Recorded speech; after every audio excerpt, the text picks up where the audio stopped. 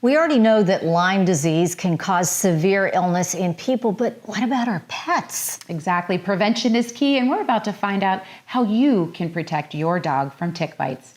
And this is Chick to Chick.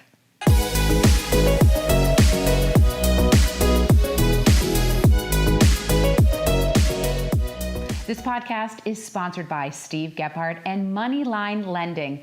The housing market is still hot and the inventory is low, but that could be challenging for a buyer. Well, Steve and MoneyLine can help you find and finance the home of your dreams. You can connect with Steve today by going to moneylinemortgages.com or stevesellseverything.com. Well, like so many of our other podcasts, this podcast came out of our own personal lives. Right. So I went to the vet with my son, and it's his dog, although I like to say it's our dog. It's your grand dog. It's my grand dog. Yes. So we took Tilly to the vet, and the vet said, "Is Tilly vaccinated against Lyme?" Mm-hmm. You know, my son's like, "What?" And I said, "What? Oh, Wait, Sean. What?" And she said, "Yeah, your dog really needs to get this vaccine against Lyme." And then she threw out this statistic that blew me away. She said that 80% of dogs that don't have some sort of protection against Lyme, 80% of dogs who don't have that protection that are bitten by an infected tick go on to get Lyme disease. And I was like, what? So of course we got her vaccinated, and she has the tick and flea thing that you put on her back. But I walked out of the vet office, I called you and I said, This is a podcast. this is the podcast. And I said, you said my favorite four-letter word, Lyme. There you go. Yeah, and that's the thing. I think people forget that when they have their pets at home and they're snuggling up with them or they're on the sofa and their dogs are not protected, possibly they are also going to get sick from a tick bite. We've already gone down that rabbit hole a lot. But today it's really important that we talk about preventing tick bites with our dogs. So today we have Darcy Wally with us. She's with IDEX. Darcy, thanks for being with us today. Thank you so much for having me. I'm excited to be here. Well, let's start off. What is IDEX? I know you're not a veterinarian, but it is very important to veterinarians. So what is IDEX? Yeah, so the veterinarian is our primary customer. So we manufacture and sell diagnostic tests for companion animals, both point of care, so what we would call an in-clinic test that you would have run when your dog is right there in the vet practice, or at the reference lab, so more send-out type tests as well. Darcy, I think you heard my story that we were talking about Tilly and what the vet said to us. And I guess I really didn't think about that, but your pets are outside. Specifically, your dogs are out running around. They're in the woods. How common is it that they're going to come in contact with a tick? Incredibly common. And if your pets are like my pets, they also sleep in the bed with me. And they're everywhere they go, we go too. So, and the same ticks that bite them bite us. As far as, the vaccine and the prevention piece that you were talking about, it really, unfortunately, we don't have the same luxuries as humans that our pets do in terms of annual screening and vaccines even, as well as these preventative pharmaceuticals that exist for them monthly or whatever the case may be. So incredibly likely that they are going to run into it as much or more than us. Well, it's interesting. I would just want to jump in very quickly because the vet said that, as you were saying, the dog comes in, has the tick on them, they jump in bed with us. The vet actually said her dog brought the tick in, and the next thing she knows, she sees the tick crawling up the wall in her house. So they are bringing them into the home, and they can infect us as well. And they do. Yeah. And they absolutely do. Didn't even think about that. So we talk about Lyme a lot, but we also know that there are what they call co-infections. And I know that there's one particularly that dogs are really susceptible to. Which one is that? So I believe you'd be referring to anaplasmosis, which is also a zoonotic disease. So just like Lyme, it infects both dogs and humans. Scariest thing about anaplasmosis, so it's transmitted, by the same tick as Lyme. But it transmits much, much faster. So it's been reported as transmitting as little as 4 hours of tick attachment. So people traditionally think of Lyme as like a 48-hour attachment before you're going to be at risk. And anaplasma is significantly shorter. And unfortunately, there are not any preventive products that have anaplasma claims. So several of them do have Lyme claims. But anaplasma, because it transmits so quickly, is especially tricky. So really being diligent about tick checks, and people have the tendency to think, well, the dog was just in my yard.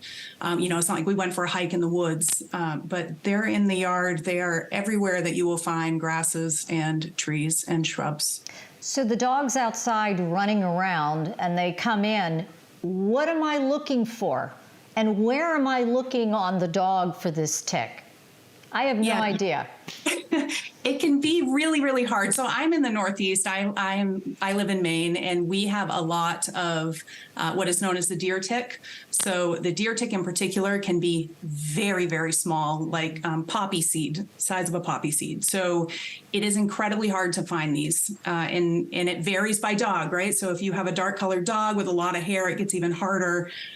There's no perfect way to do it, but we use lint rollers on our dogs. So you can use those sticky lint rollers and run it over your pup when they come in from being outside. That's a good check. There's no harm in doubling up.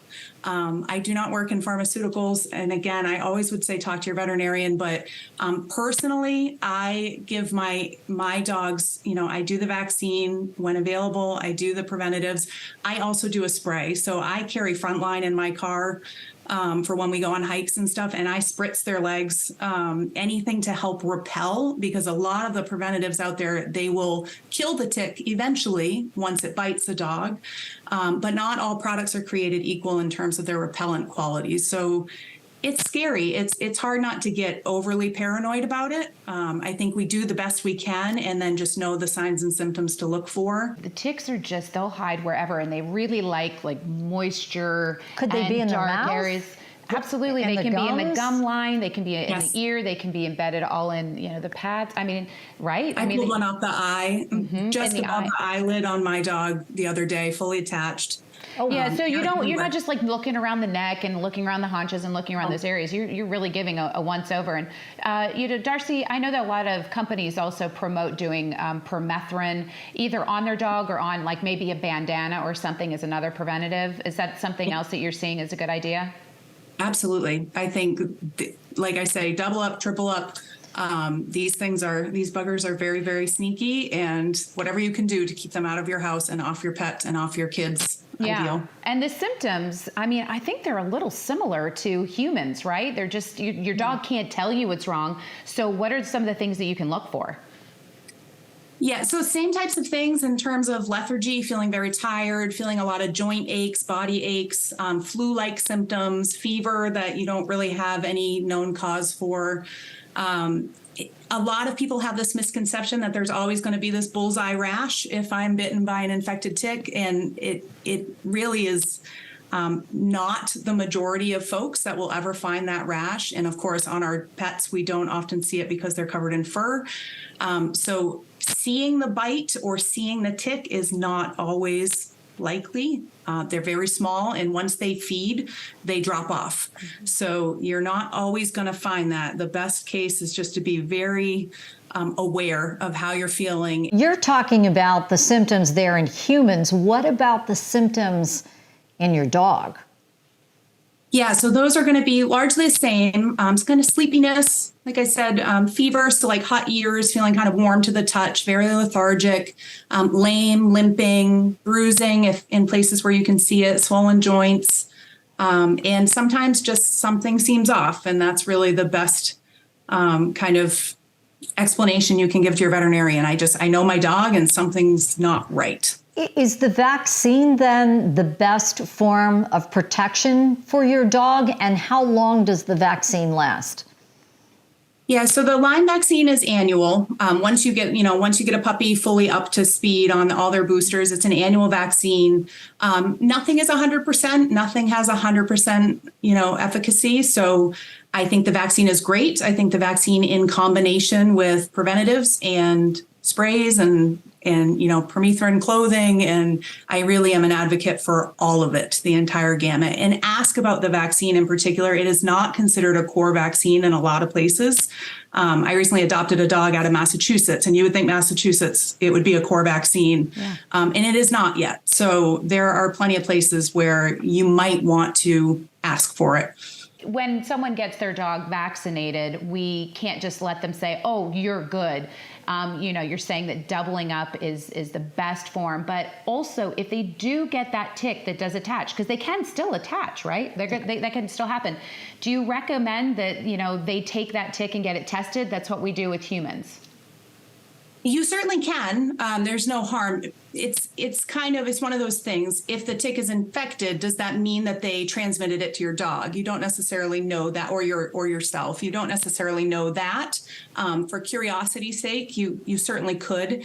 This is one of the places where I think the animal world is far surpassed the human medicine world. There is a lot of known prevalence on tick-borne disease, because our dogs are tested annually throughout the country and throughout the globe in many cases, but North America in particular has a very strong annual screening market for tick-borne disease. And so there are plenty of resources to be able to go and identify the tick that you pulled off.